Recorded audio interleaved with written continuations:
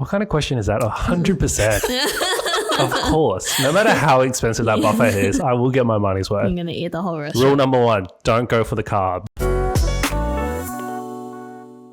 Hello. G'day, g'day. We are back and we have Aaron here. We just did an episode talking about his journey working in the law industry, and this also ties into this one that we're going to be talking about in this episode about relationship with money. So, Aaron, we see you eating all this good food on Instagram all the time, and we just wanted to get a little understanding of what your relationship is like with money. Spend it where you can. No, I'm kidding. Work hard, play hard. Yeah, work hard, play hard, spend it all. My relationship with money in a foodie perspective. That could work. Like if you enjoy spending on the things that you love, that's a good relationship, I feel. I don't think I've actually really spoken to anyone about this. I think my finances... You heard it here first. Yep.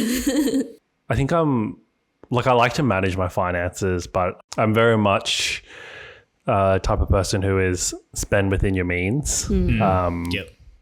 I have this really stupid saying that I tell everyone. I don't believe in laybuy. And I say to people, if you need to lay-by it, you can't afford it. Yeah, it is true though. What's those 4 payment thingies? Yeah, Afterpay, Zip Yeah, Pay. I mean, there's so many of them. I think they're great. I mean, they let you buy things that if you can't necessarily afford upfront payment. But yeah, that's just my stupid little saying. But I don't think it's stupid. I think it's true. It's and logical. Some people say that if you want to buy something, make sure you have double that money of savings to be able to afford it. So say you want a laptop that's $2,000, make sure you have $4,000 savings. Oh yeah, that's a good way to put it. Yeah, that's another way. So I don't think it's stupid. Yeah, It works. I've heard what you've said before, not from you, but I've heard it from someone else. But Is Aaron in your sleep? Yeah. I don't believe in labor. but the flip side of why you could take advantage of Zip Pay, Afterpay, those pay now, buy now, pay later. Yeah. Pay now, buy later. Works very well. So some people take advantage of using those facilities, and the reason why is because they might have the cash sitting in there in the actual real savings. Yep. But they want to cash flow manage where they'll buy it now, and they know that, okay, in the next 5 payment cycles, it's fully paid off. But it's about managing over that 5 weeks. Okay, well, I get paid weekly, I get paid fortnightly. So in those 5 weeks, I'll just make small increment payments. Yep. Even though, yes, I could pay it off now, but I could manage my money better where I could keep that cash sitting in there and use that for something else like bills, commitments, or et cetera, and accumulate and pay it slowly at the same time. Yeah. So I've heard people use those for that Oh yeah. strategy. I agree. I think it's you can use those methods like Afterpay and laybuy to your advantage. Yeah. And like you said, Sam, it's managing cash flow, and if that's what is important to you, and you may have priorities elsewhere in terms of where your money needs to go, it's a really good way to manage your money if you want to buy something. But then I also think on the flip side, there are people who use it as a way to just buy what they want, and ultimately get stuck in a cycle of Chasing their tail, trying to pay. and it's almost like you're buying things you can't afford, but then it's really just spread over time. I don't know. I guess it's a personal preference, but Yeah. I personally don't use it. I don't want to fall into the trap of using it once and being like, this is great. In terms of your mindset though in spending, do you ever have that scarcity mindset? Do you just truly enjoy that moment that you can buy a great digger station meal or something like that? Or do you ever feel guilty spending money on yourself? Yes and no. I love good food, so I'm willing to put money there to have that experience. And I think it's also experiencing it with other people who enjoy that kind of stuff, I think, which makes it such a better experience. Yeah. So I think in that perspective, I'm okay and I'm willing to spend on, having good food, good experiences. And I know some other people, they don't like, either that's not just what they're into or they don't see the value in it. And I get that. But I think for me, I'm willing to spend where I know it's something that I enjoy. And I think I'm a very rational person when it comes to spending. Like, I don't just splash my cash everywhere and anywhere. Make it rain, being like, oh, I want this and this and this, so I'm just going to go buy it. Yeah. Of course, there's lots of things I want, but I'm a bit like, oh, do I really need it? Is this just a spur of the moment? I just want it because it's the new and the latest, or is it something that I actually need? Yeah. And sometimes it might be like I'll sit on it and I'll be like 2 months later, but like still thinking about it. Yeah, that's when you know that you can buy it, because if you're like in that moment, then you forget about it, then it's probably not something you actually needed. Yeah, definitely. But for me, it's kind of like if you find something that you want and you keep thinking about it for ages, and like every time you go to the shops, you go look at it, just buy it. Yeah, like those speakers that you guys bought. Yeah. Hey, well, we didn't hesitate, right? We sent it, right? Yeah. That was a rational decision. Literally, like that day we went to JB Hi-Fi. Yeah, JB Hi-Fi. And just bought it. This one? Yeah. Yep, do it. Hold it on your shoulders and walk back into the office. No, that's really good. But was your mindset always like that, or did you have to change or like train your mind to think a certain way? I think, as you go through uni and you start working as a young adult, and then I think when you kind of get your feet a bit more stable financially, I don't think anyone has the same mindset towards money, because it's really life stages that you go through. I mean, like during uni, right, you work, for example, like I used to work in hospitality, you get paid like $14 an hour. You get paid probably like $200 in the fortnight. But your mentality at that time, for me, it was like, oh yeah, that's a lot of money. And you got the freedom to do what you want. But then it's like when you start working or you've got some savings, it's almost like, I guess, planning for the future a bit more, and just kind of safeguarding yourself financially, I guess. So yeah, I think my mindset's never been the same, and I'm sure it will change as I get older. But I think, life stages, things like, when you're single, then when you get married, you have kids, you build a home, I think your priorities change. And I think with your change in priorities come with a change in how you manage your money as well. Yeah, that's a really good point, as to life stages obviously dictate the projection as to where you're going to go and how you think about money. Yep.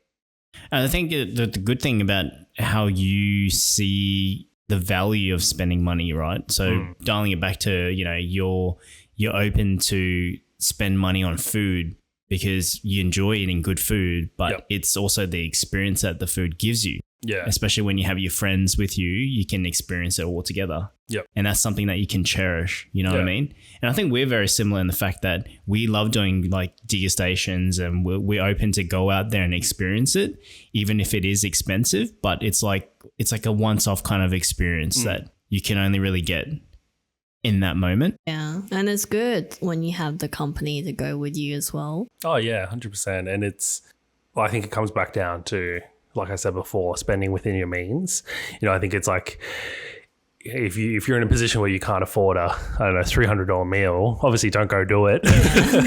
Yeah. But if you're fortunate enough that you can spend that kind of money for dinners and experiences like that, then, and it is what you enjoy, then I think, and that's where you prioritize your money in terms of where you're able to spend, go for it. And I think one other thing that's really good about what you said is the mindset can change, and you know that. So I find that some people might just get stuck in one mindset, and they feel like they're just stuck in that cycle, whereas you allow yourself to evolve and change that mindset over time as well.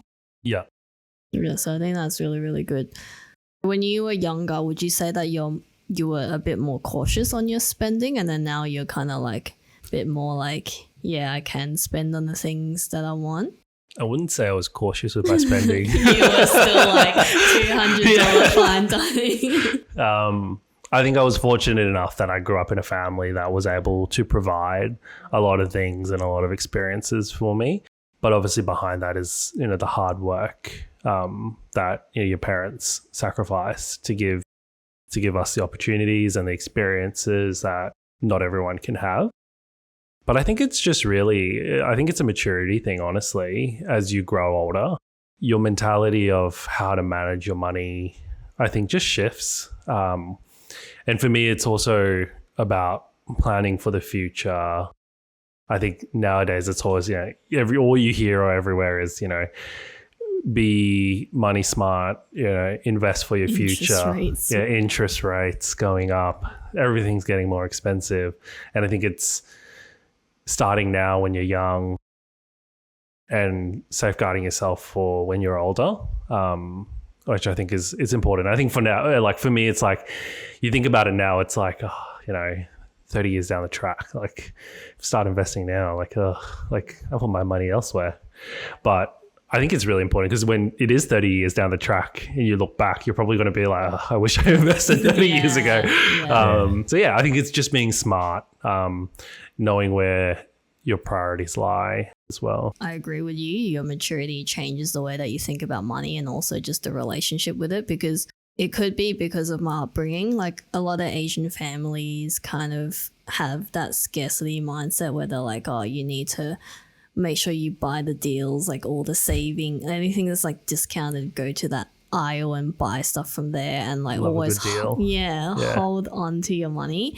Whereas now that we've matured and experienced life and earned money for ourselves, like it's true to be cautious and make sure that you're spending within your means, but also don't always be too afraid to spend the money, because I think that way it kind of holds you back and you don't get to enjoy life because you don't get to experience things. You're like, oh no, I can't spend that because I'm gonna lose $50 because I've spent on this and that. But if you put that mindset into it and have a good relationship and enjoy spending your money while you're spending it, I think it's a better take on life that way. Oh, 100%. And I think it's like, so in the context of saying, spending within your means, it's also a bit morbid, but you can't take your money with you when you die. So, it's, if you're fortunate enough to have money, spending it and enjoying it because you work hard for it at the end of the day. Yeah. And it's just kind of shifting that mindset of being a bit more like,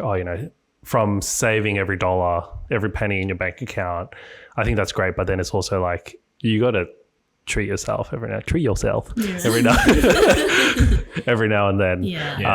And buy something that you don't necessarily need, but you want, because you work hard for it. And having that mindset of just being like, I need to put every dollar into the bank and not treat myself, not, like have a nice meal out, buy something you like.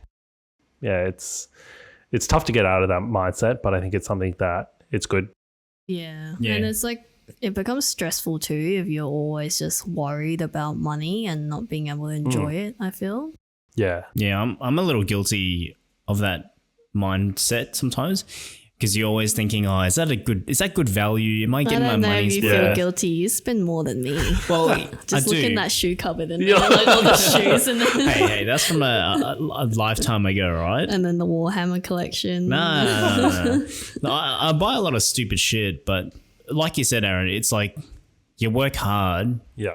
What are you going to do with that money? Yeah, yes, you need to think about future and you need to obviously plan, but life's short, you know what I mean? Like you need to enjoy the money that you earn. And I get in that cycle sometimes when I'm like, okay, yes, we are fortunate to have this and that, or we can do certain things, but it's all about that savings, man. Like, sometimes you get stuck in that mind like, oh, fuck, I need to make sure that, there's a discount on that deal, or I'm getting 2 for 1 kind of thing. You know what I mean? Buy one, get one free, BOGO. Yeah. It's like that I think the culture behind like the upbringing really had that influence in how I think.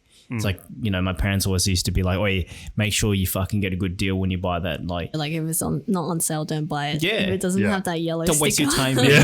Yeah, it's like don't waste your time if No there's no need. sticker. So I think I definitely have that still ingrained in my mind. Yeah, I do too, but I think it's just finding the balance between saving for the future and planning for it, but also having like a section, like allocating a section on just recreational spending on whatever you want as well, so that way you're fulfilling both sides, like your future and enjoying what you want to do too.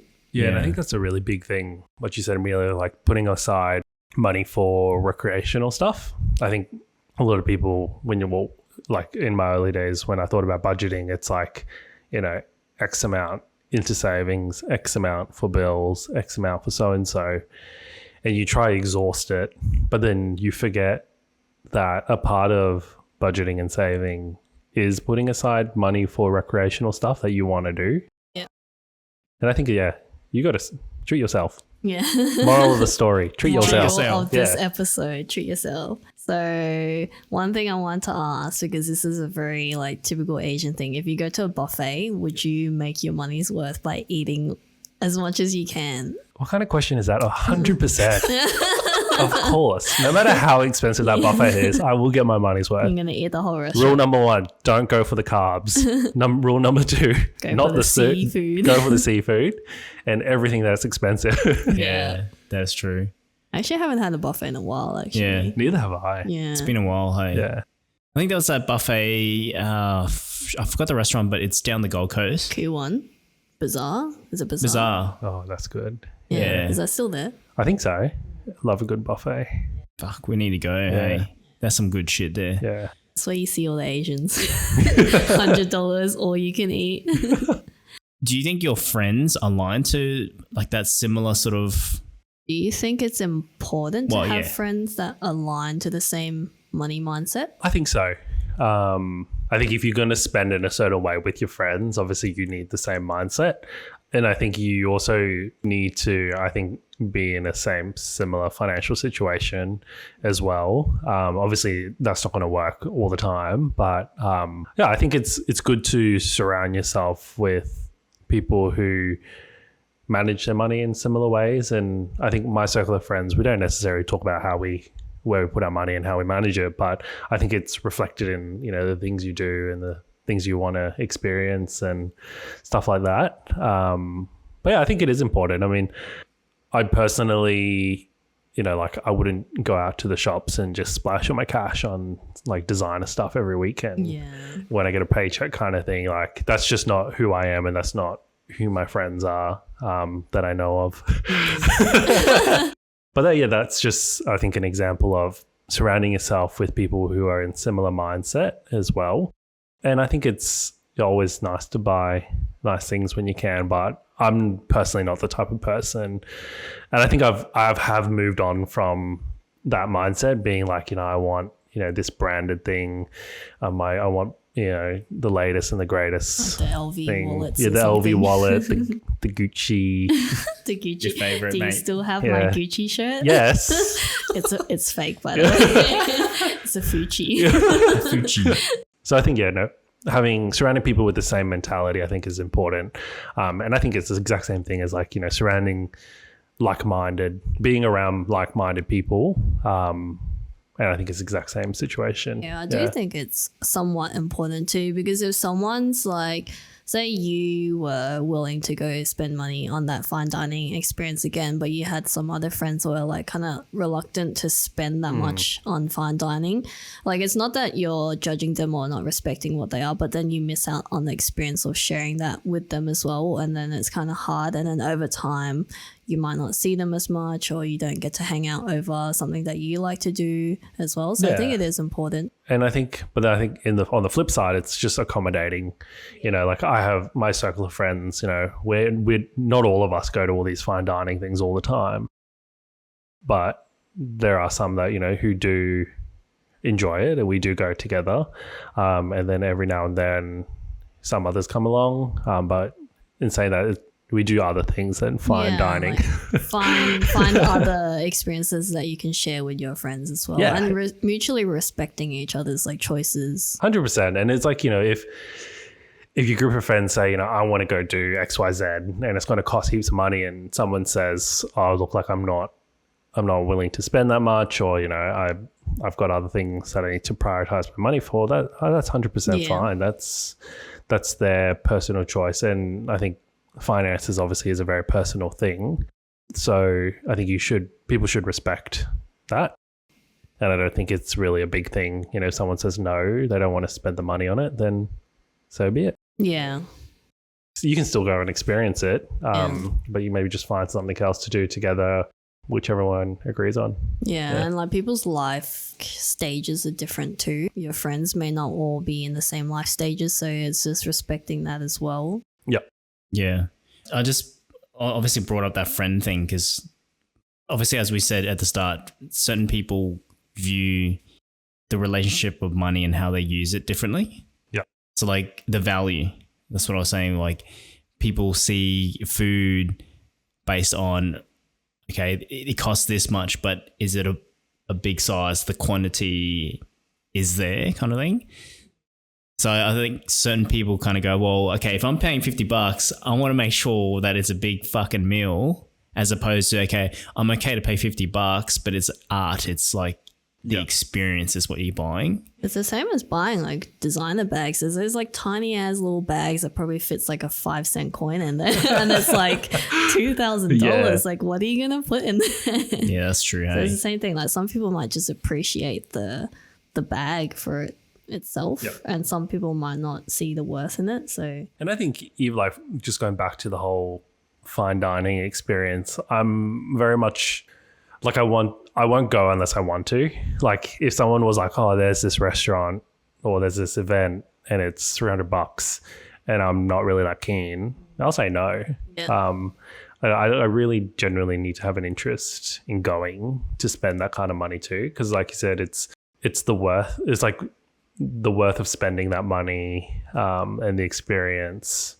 But also like just thinking of yourself, like what you would like to spend on as well, like not in a selfish way. It's just understanding what you would enjoy, and if you know that it's not something that you enjoy, then it's okay to say no to it. Oh yeah, and I mean there's other times where I've been invited to certain events and it's like say like $300 and it's just my money, I want to prioritize my money elsewhere. I think it's okay to say no.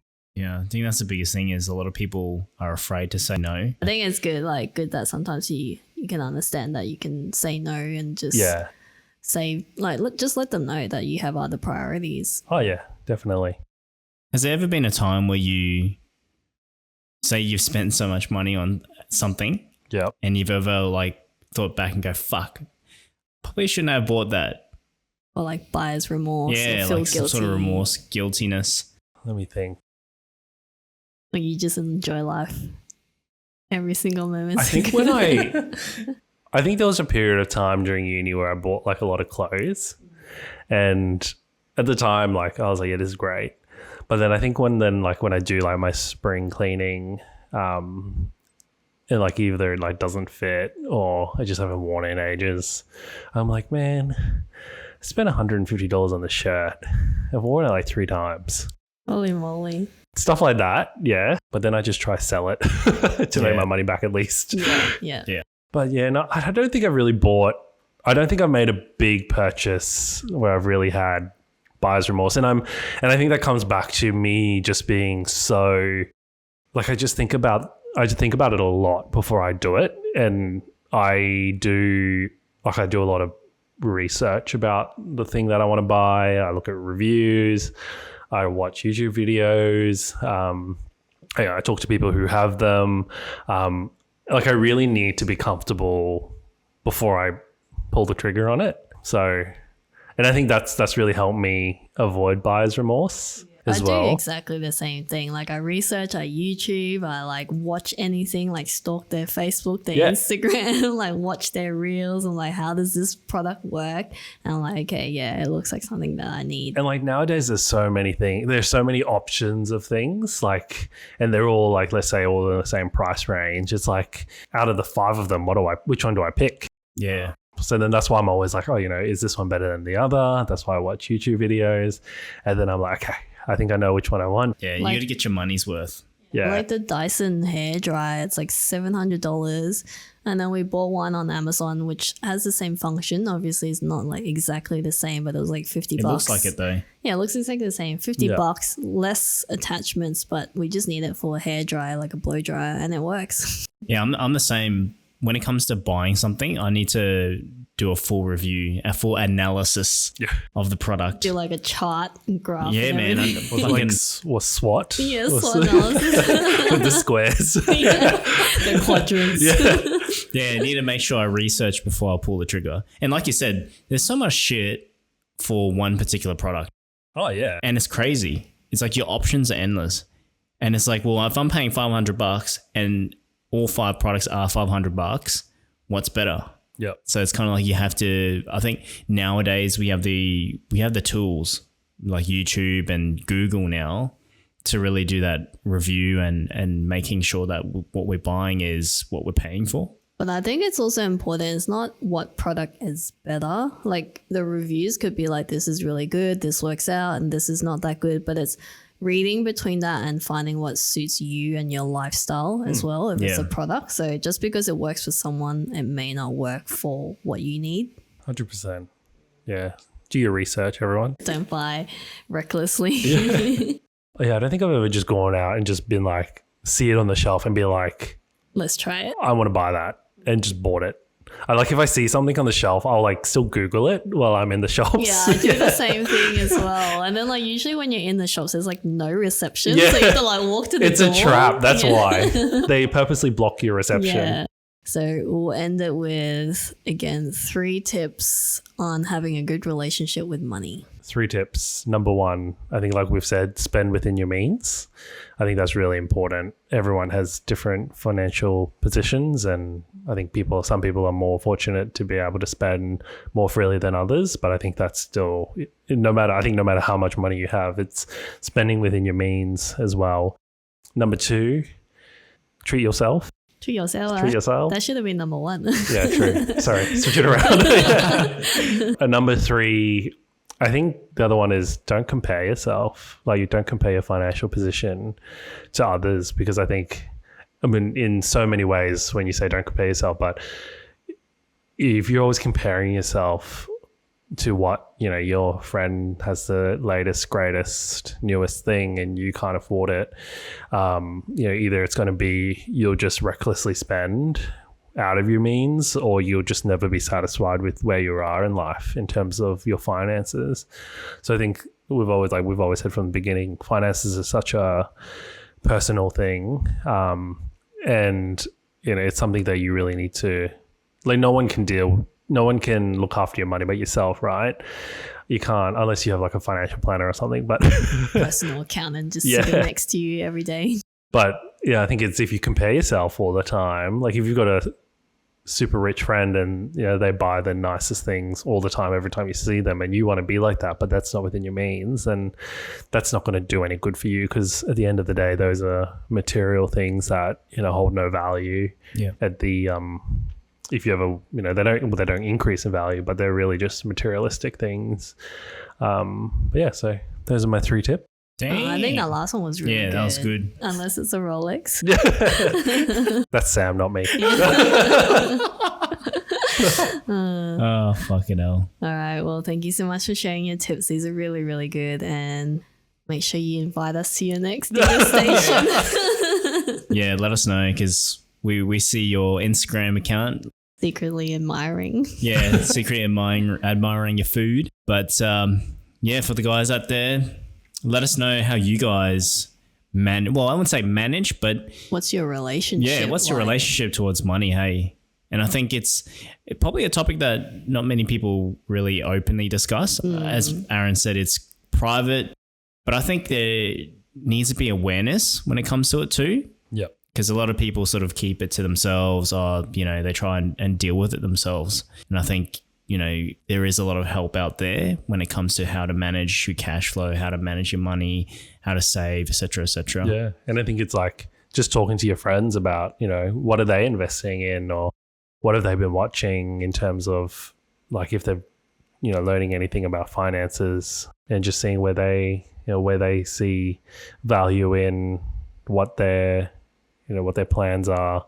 And I mean, it's not going to be a cookie cutter. Everyone fits one size fits all, but I mean, it's still learning from what other people do as well. Yeah, 100%. Yeah. Yeah, because apparently money or finances is one of the leading causes of stress in adults. So I think it's good to just share it around, like even if it doesn't fit what you need, but the more knowledge you have, the more you know what you need to do for yourself. Yeah. And it's actually, a lot of people don't realize what they spend. So, yeah. Thank you, Aaron, for sharing your food experiences and your relationships towards money. Speaking of food, we're going to go to lunch now. Bye. See ya.